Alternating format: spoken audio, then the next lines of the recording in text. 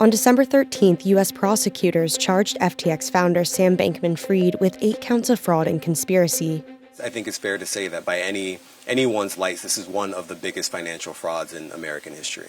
The charges were announced amid a series of events playing out across 2 countries that also included an arrest in the Bahamas, a criminal indictment, and a congressional hearing on the crypto exchange's sudden demise.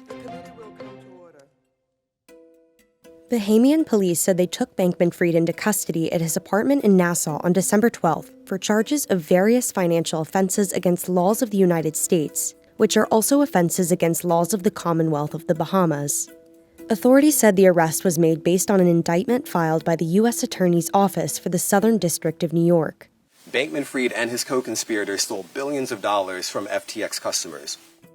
The indictment accuses Bankman-Fried of misappropriating FTX.com customers' deposits and using those to pay expenses and debts of Alameda Research, his crypto hedge fund. Since FTX filed for bankruptcy in November, Bankman-Fried has said in multiple interviews that he bore responsibility for the company's collapse, but he did not knowingly commit any fraud. I was trying to do the best I could. Obviously, that wasn't nearly as good as I thought it was. Bankman-Fried is reviewing the charges with his legal team and considering all of his legal options, his lawyer said.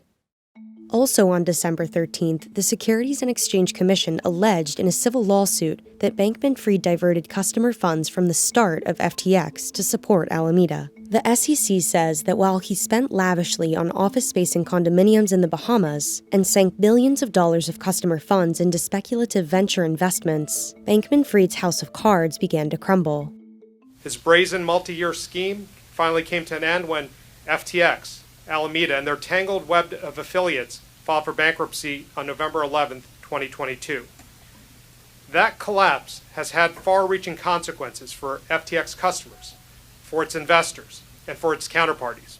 The Commodity Futures Trading Commission, another U.S. markets regulator, filed a separate lawsuit on the same day, linking his alleged fraudulent conduct at Alameda and FTX to markets that the CFTC regulates.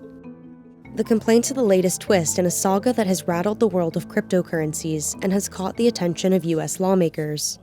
Rest assured that this committee will not stop until we uncover the full truth behind the collapse of FTX. At a congressional hearing in Washington, FTX's new chief executive told lawmakers that the company has incurred losses in excess of $7 billion. This isn't sophisticated whatsoever. This is just plain old embezzlement. Hours after the criminal indictment was unsealed, a magistrate judge in the Bahamas denied bail to Bankman-Fried and said he should be remanded to Bahamian custody until February 8, 2023.